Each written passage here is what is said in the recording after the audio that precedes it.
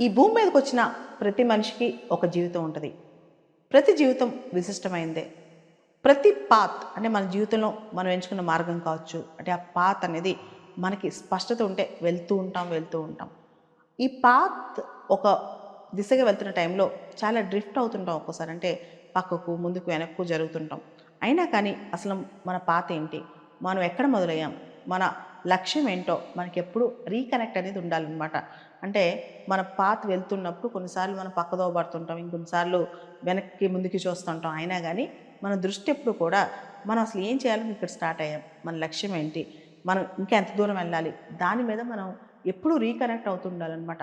చాలా సందర్భాల్లో ఒక పాత్ అనుకుని స్టార్ట్ అయ్యి ఎక్కడికెక్కడికో వెళ్ళిపోయి లైఫ్ అంతా గజిబిజి చేసేసుకుని కన్‌ఫ్యూజన్ చేసుకుంటూ ఉంటాం అన్నమాట. అలా కాకుండా ఒక్కసారి మన పాత్ కనుక మనకు స్పష్టంగా తెలిస్తే ఆ పాతే, ఆ రోడ్ మ్యాపే మన దారంటూ పట్టుకుని వెళ్తా ఉండాలన్నమాట. ఇక్కడ చాలా సందర్భాల్లో ఆ పాత్ అనేది ఒక డెస్టినేషన్ అనుకుంటారు. అంటే ఒక ఎండ్ అనుకుంటారు. ఆ ఎండ్ కాదు. మన లైఫ్‌లో ఏ పెద్ద లక్ష్యం ఉన్నా సరే, ఒక లక్ష్యం తర్వాత ఇంకోటి పెట్టుకుంటూ మనం ముందుకెళ్తూనే ఉండాలి. అది కేవలం ప్రపంచం చూసే సక్సెస్ అంటే అది కాకపోవచ్చు.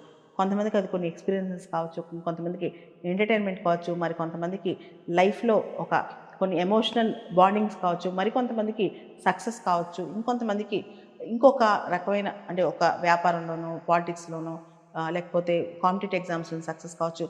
ఒక్కొక్కళ్ళకి లైఫ్ పాత్ అనేది డిఫరెంట్‌గా ఉంటది. అంటే అందరూ ఒకేలాగా ఉండాల్సిన అవసరం లేదు. అందరూ ఒకేలాగా లైఫ్‌ని డిజైన్ చేసుకోవాల్సిన అవసరం కూడా లేదనమాట. అసలు లైఫ్ అనేది భూమి మీద కొన్ని లక్షల కోట్ల మంది ఉంటే, లక్షల కోట్ల విధాలుగా కూడా బతకొచ్చు. కొంతమంది ఆఫ్రికాలో బతకొచ్చు, కొంతమందికి అడవుల్లోనే బతకొచ్చు, కొంతమంది డెజర్ట్స్‌లో బతకొచ్చు, కొంతమంది ల్యాండ్ మీద బతకొచ్చు, ఇంకొంతమంది పాలిటిక్స్‌లో బతకొచ్చు. ఈ లైఫే పర్ఫెక్ట్, ఇదే కరెక్ట్ అనుకోవడం అదొక మూర్ఖత్వం అవుద్దనమాట. సో, మనకు నచ్చిందేంటి? మన ప్యాషన్ ఏంటి? మన పర్స్పెక్టివ్ ఏంటి? లైఫ్‌లో మనకేం కావాలి? అది తెలుసుకుంటే అప్పుడు మనకొక క్లారిటీ ఉంటుంది మన లైఫ్‌లో. చాలామంది అలా కాకుండా పక్కోళ్ళ లైఫ్‌లాగా బతకాలనుకుంటారు. దానివల్ల లైఫ్‌లో మన ఒరిజినాలిటీ మిస్ అవుతాం. మన ఇండివిడ్యువాలిటీ మిస్ అవుతాం. మన క్లారిటీ మిస్ అవుతాం. అలా కాదు. మనకేం కావాలి? మనం ఏం సాధించాలనుకుంటాం?